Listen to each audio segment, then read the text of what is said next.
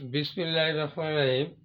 আজকে আমি নবম দশম শ্রেণীর 9.1-এর ত্রিকোণমিতিক অঙ্ক প্রমাণ সাইন থিটা সমান 1/কোসেক থিটা প্রমাণ করতে চেষ্টা করব। প্রথমত আমি এই যে বাম পক্ষ সাইন থিটা, এই সাইন থিটা লিখলাম লেফট হ্যান্ড সাইড, এই সাইন থিটা। তা আমরা জানি সাইন থিটা সমান বিপরীত বাহু বাই অতিভুজ।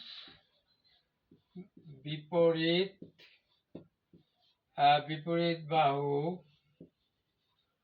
কি আছে? P M. বিপরীত বাহু আছে পি এম বাই অতিভুজ আছে অতিভুজ ও পি। এই যে অতিভুজ ও পি হয়ে গেল সাইন থিটা।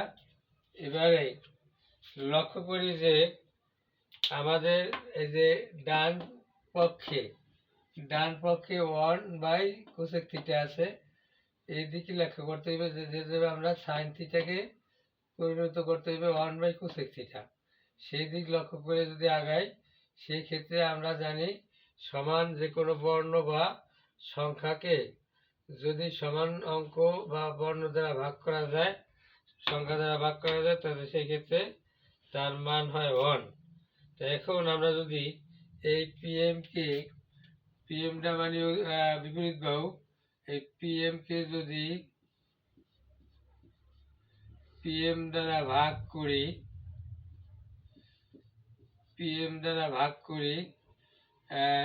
সেই ক্ষেত্রে অন হয়ে যায়।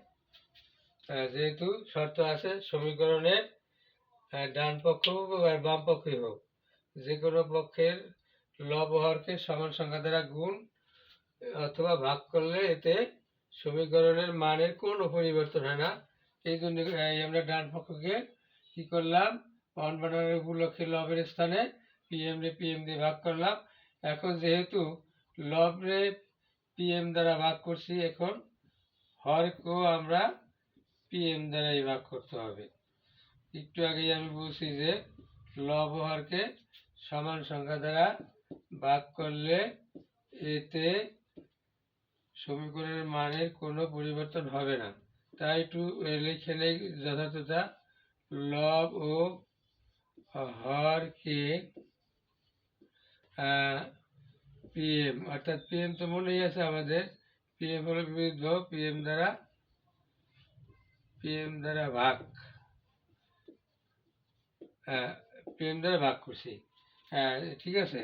এখন যেহেতু পিএম দিয়ে ভাগ করলে 1 হবে, আগেই আমরা জানি সমান সংখ্যা ভাগ করলে। আর নিচে এই যে নিচে অর্থাৎ হরের স্থানে এইটুক আছে অতিভুজ বাই বিপরীত বাহু, অর্থাৎ ওপি বাই পিএম। আর ওপি বাই পিএম অতিভুজ বাই বিপরীত বাহু আমরা জানি ইতিপূর্বেই, এই অতিভুজ বাই পিএম হলো কোসেক থিটা। হয়ে গেল প্রমাণ যে বাম পক্ষ সমান ডান পক্ষ প্রমাণিত। যদি তোমরা এটি বোঝো, তাহলে পরবর্তীতে আরো দুটি আছে যে এই cos থিটা সমান 1/sec থিটা এবং tan থিটা সমান 1/cot থিটা। এটা পরবর্তীতে আমি প্রমাণ করব। যেহেতু ক্লাসটা দীর্ঘায়িত হবে, এই কারণে আমি এই পরবর্তীতে এই 1-এর 2 নাম দিয়ে ওই cos থিটা সমান 1/sec থিটা প্রমাণ করব। আল্লাহ হাফেজ।